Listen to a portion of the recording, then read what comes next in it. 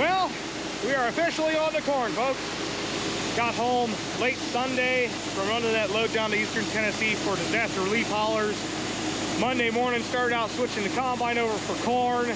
Got fired up, kind of a soft start to corn. Went ahead and filled this north bin here at the main farm. That's a 5,000 bushel bin. Luckily for us, corn is actually pretty dry this year. And so, cross our fingers here, we can get by, at least for a little bit here, binning direct and not having to run it through a dryer. So that'll save some money. Appreciate that. But while I was gone, Dad went ahead and finished out the last of the first crop beans we had to do. Went ahead and finished out drilling the last of our wheat. We got some double crop beans to do yet.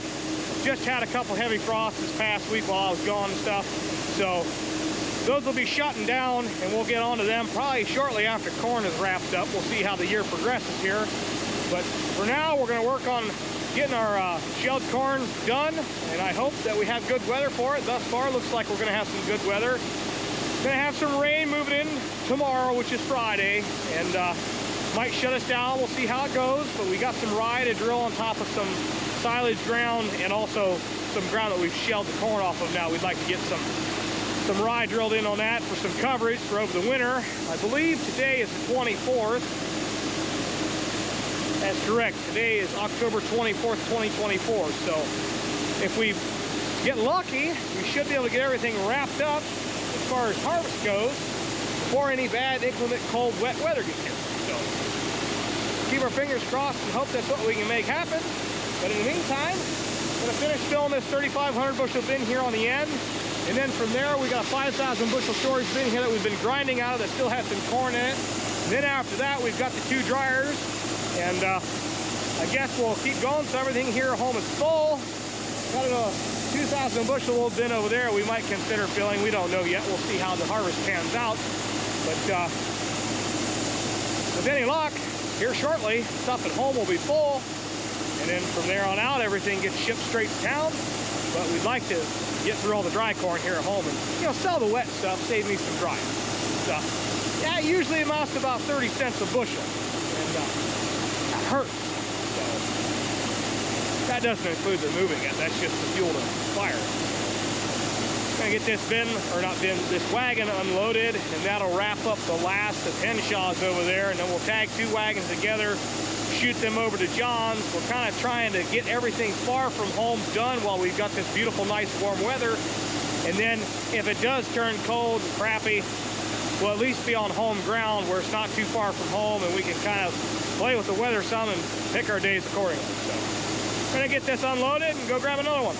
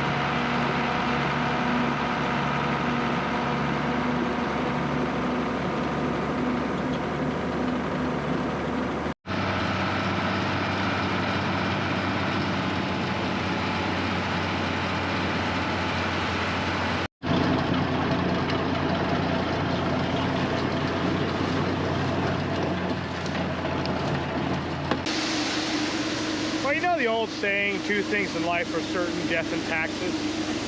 I'd like to add something to that. GoPros, they will screw up at the worst possible time. Yep. These things, if you were to check my blood pressure during the day, you'd probably be pretty shocked at what I'm running around functioning on. Did you know that when your GoPro has 30% battery, that's considered low battery, and if you turn auto power off? Good to know, right? 30%. Wow.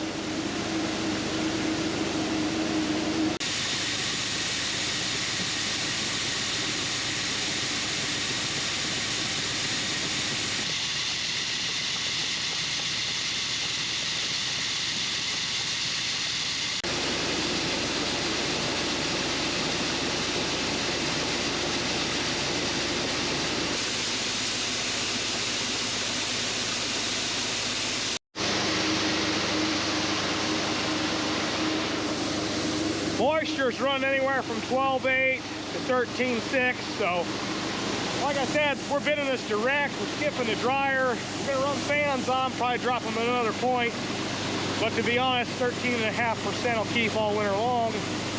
Monitor them throughout the winter. You have a roof that you see it's cold outside and you got snow and everything, you got a roof that doesn't, go out there and look and figure it out. More likely you got a problem.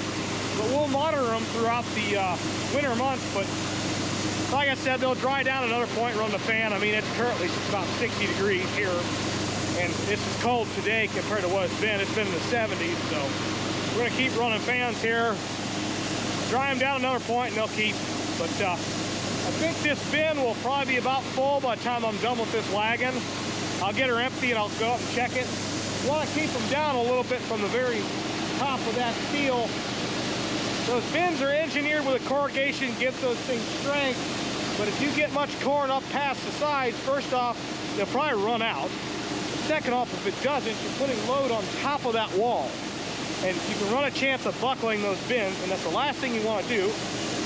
So we always keep them down about 3-4 inches on the sides. You got that peak built up into the roof.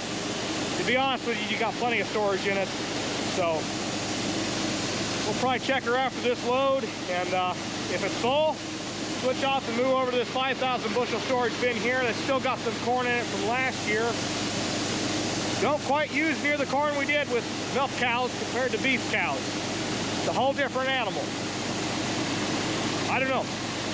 They eat a heck of a lot less than a dairy cow. It's kind of hard to sit down and pencil dairy and making any money, but kind of my opinion anyways.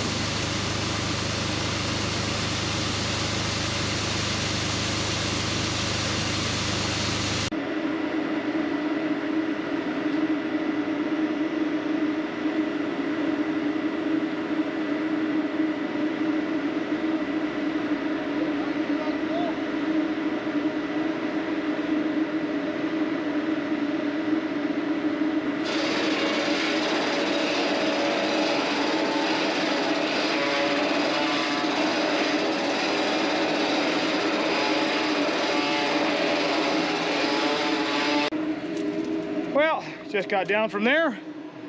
She's full, so gotta unhook all this stuff and move it. It's gonna take a little bit of logistical nonsense, so I'm gonna put you out of the way.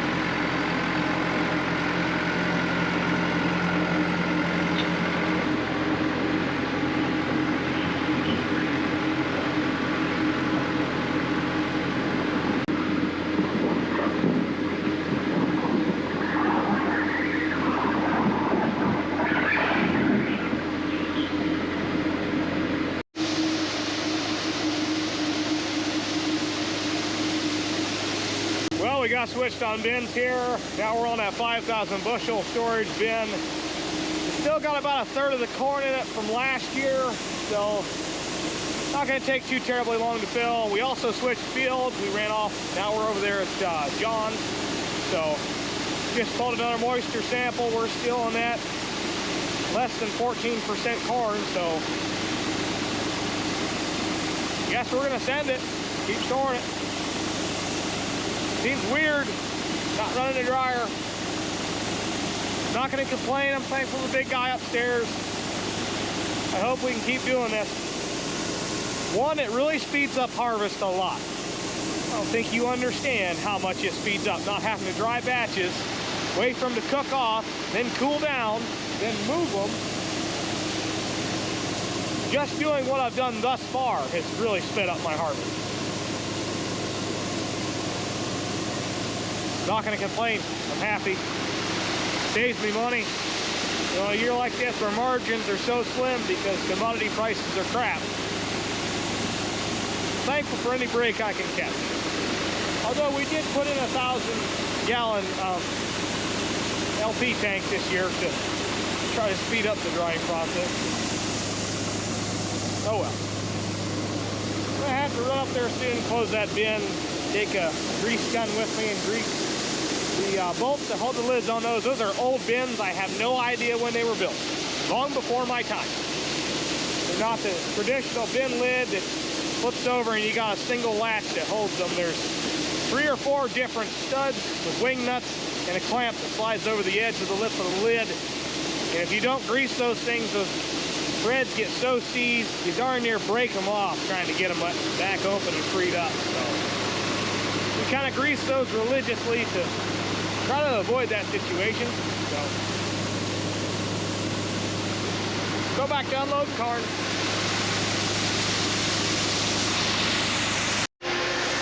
Hey, it turns out if you keep having problems with your GoPro, if you throw it at a Chevy, it starts to work. What the fuck? Huh. I've recorded this, I don't know, a dozen times by now. And every time I think we're recording, no, this camera decided to power off because it says we're low on battery, even though the battery has 87% battery. So we went from 30% battery being not enough to 87's not enough. Okay, cool.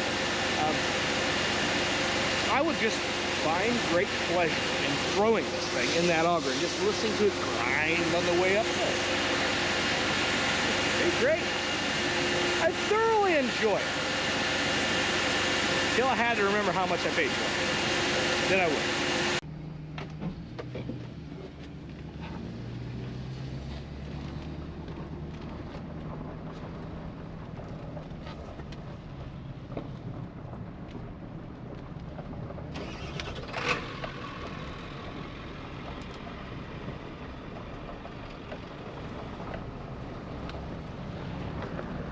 Well, sun's headed down. It's getting cold, burr. Gonna leave that last load to go for in the morning. That way I got something to unload while Dad's filling one of them 2 over there at Snur's. So get back on it again tomorrow. Things are going good. Hope they stay going good. I'm rocking the Chevy because I got a banged up fender on the nice white truck. I don't know. I hate to drive my truck around when it looks busted up. I'm pretty finicky about my stuff. What can I say? You know, I don't go flaunting around that, you know, I done screwed something up. I like to keep that tucked away and get it fixed and make it right, and then we'll go back to driving it around. I haven't looked. I got the quote from the body shop today. Oh, good grief. I think I got some deer. Yeah, I do. You guys get out of my corn now. Anywho's the mama and the baby right there. But I briefly scanned the papers on that there quote. I got some sticker shock on that. I don't know. I was just gonna hire it done because I don't have the time because it's harvest. And if I do have time, I need to get back to working on my puller so I can get to pulling this coming season. But Boy, howdy, man, I don't know. You're gonna have to cut off the left arm in order to pay for that daggone job. Oh, shush! The guard dog over here thinks he's gonna be ferocious. So, we're gonna call it for the day and get fired up again in the morning. I'm gonna go deal with my barking dog, who doesn't seem to understand that I'm the guy who feeds him. Idiot.